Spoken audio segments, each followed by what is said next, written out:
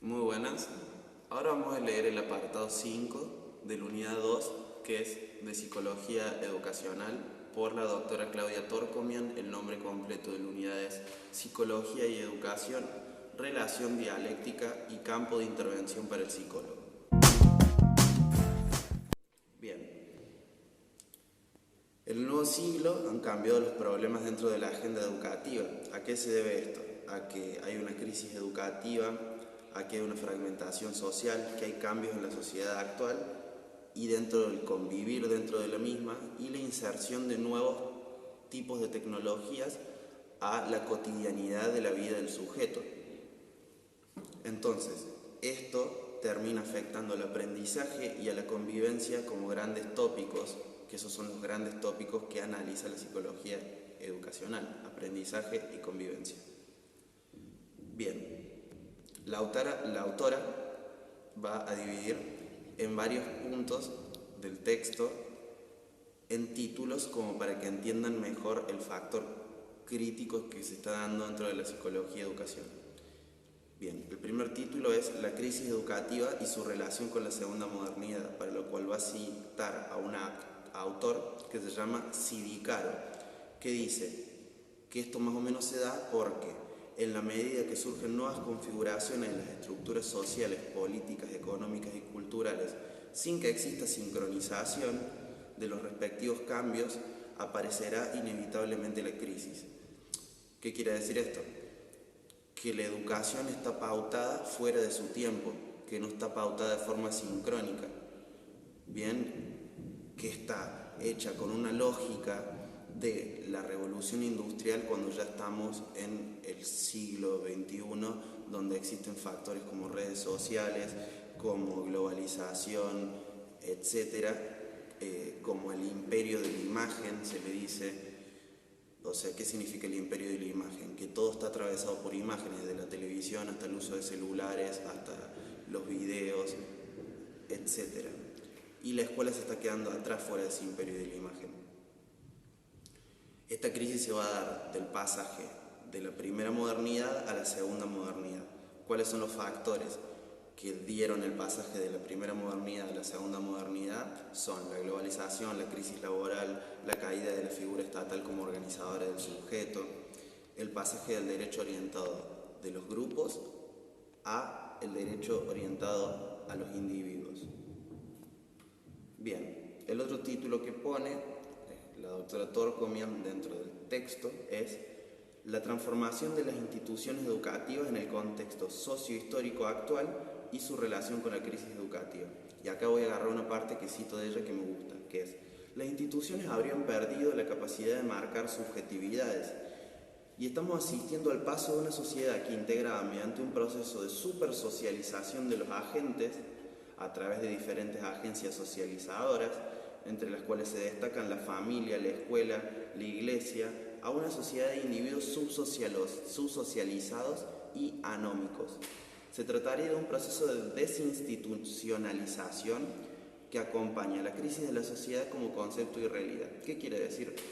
En cortas palabras, es que hay una crisis institucional o institucionalizadora, que esas grandes instituciones que estaban antes para dar órdenes a los sujetos, o para ordenar a los sujetos, o para ambas, para dar órdenes y para ordenar, cayeron. La familia ya no se concibe igual que antes, la iglesia no tiene el mismo poder que antes, el Estado es un Estado líquido, no es un Estado como el de antes, que es sólido.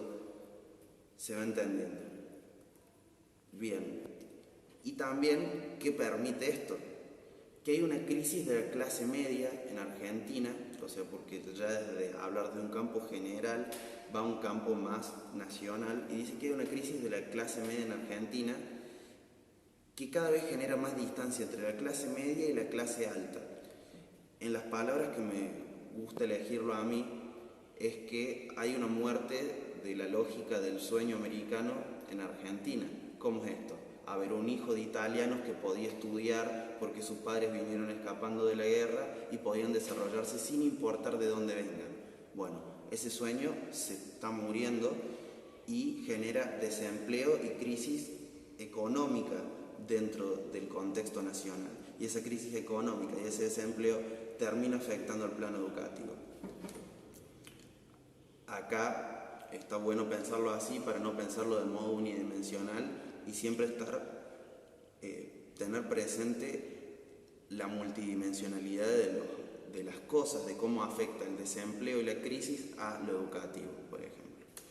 Bien, el otro título que agrega la doctora Torcomian es la relación de la noción de crisis y el problema de la equidad en Latinoamérica, la vinculación del problema de equidad con los procesos de fragmentación y de evaluación del sistema educativo y sus derivaciones. Bien, en los 90 en Argentina hay una reforma educativa en la forma en la que se plantea el secundario en los años, porque antes la secundaria se daba de otra forma, no era en el CBU como ahora, que es el ciclo básico unificado, sino que tomaba otra forma el secundario. Y esto va a producir un cambio dentro de toda la escena educativa.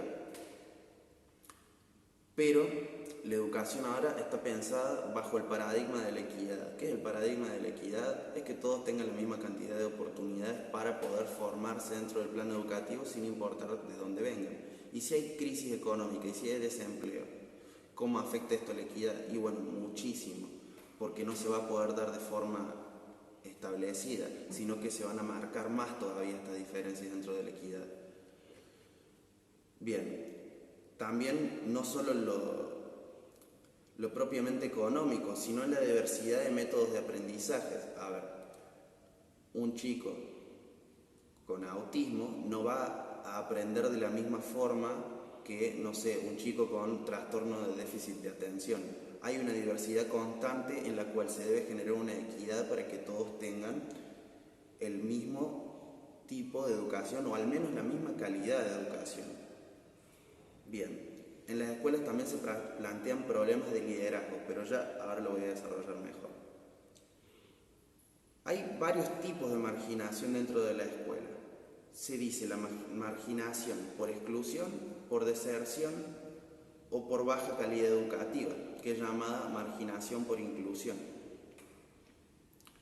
Esto es lo que quería decir antes, que los problemas de liderazgo en la escuela se dan por la falta de formalidad en el sistema educativo. ¿Qué significa esto? Un docente mal remunerado no puede tomar control de su cátedra también porque se le dan cantidades inferiores de horas a las que realmente necesitan. O también se pone dentro de puestos directivos a personas que no tienen formación específica en el plano educativo. ¿Qué significa esto? A ver, que por ejemplo el director de una escuela sea un cura, o que el director de una escuela sea el dueño de la institución y no alguien capacitado. Esto va a dar problemas dentro del liderazgo de la escuela. Bien. El otro título que agrega la doctora Torcomian es la construcción de ciudadanía y su derivación en los modos de convivir desde la escuela a la convivencia en sociedades democráticas. La construcción de la ciudadanía es el pilar de la democracia. Sin esto se generan fragmentaciones dentro de la misma y no se puede decir que hay una democracia porque hay marginación. Bien, pero esto es muy extraño en este siglo porque estamos atravesados por la globalización y la globalización nos da esa sensación de estar cerca pero no estarlo. ¿Cómo es esto? A ver, la autora habla de una cultura del zapping. Yo prendo el televisor o prendo la computadora y puedo ver lo que está pasando en Siria, puedo ver lo que está pasando en Estados Unidos, puedo ver lo que está pasando en Australia, puedo ver lo que está pasando en el país, pero lo veo, no estoy conectado a eso realmente. Entonces me termino transformando en un ente frívolo. Estoy tan conectado que ya no estoy conectado. Esa es la frase que me gusta usar a mí para entenderlo. O sea, está visibilizada la pluralidad social, visibilizada, pero es tanta que desconecta. No sé si se entiende. Bien. El otro título que agrega la doctora Torcomian es el aprendizaje en ámbitos formales o circuitos informales, la relación entre ambos y su transformación en nuevos modos de aprender en articulación con los cambios tecnológicos informáticos. Bien, hay una transformación vertiginosa de la educación, y no solo de la educación formal, de ir al colegio, a la secundaria, a la universidad o formaciones terciarias, sino que esta vertiginosidad deja a la escuela desplazada dentro de su papel, al aprendizaje formal, porque hay saberes que se pueden aprender sin la necesidad de una institución. A ver, como por ejemplo la programación, el diseño gráfico, hay un montón de títulos que ya se pueden generar sin la necesidad de una institución educativa, sino desde el rol autodidacta del sujeto, y termina desplazando esto a la escuela como organizadora y como formadora de subjetividades. Bien, el título en el apartado 3 de la unidad de psicología educacional habla sobre la psicología educacional entre la agenda educativa, la demanda y los problemas. ¿Qué es lo que viene a hacer énfasis esta parte? Es el énfasis en la demanda. Bien, dando de que la lógica educativa tiene que evitar homogeneizarme desde la demanda y dar lugares a las subjetividades. ¿Qué significa esto? A ver, yo puedo como profesor querer que todos mis alumnos estén tranquilos en el aula y que no molesten, pero esto anula la subjetividad y homogeneiza además. Quizás hay ciertos alumnos que no se sienten cómodos estando así y que tampoco se desarrollan en su mejor forma estando así. Y acá surgen los distintos modos de aprendizaje de cada persona. Bien, dentro de la demanda, ella habla de la agenda del psicólogo que interviene en la educación, las demandas y los problemas. Primero va a hablar de la sistematización de las demandas que recibe el psicólogo educativo. Y cita un ejemplo y dice, bueno, dentro de las demandas que me hacen, es anecdótico, habla de 25 casos, pero no cita la fuente, así que supongo que es anecdótico. No que habla del panorama nacional.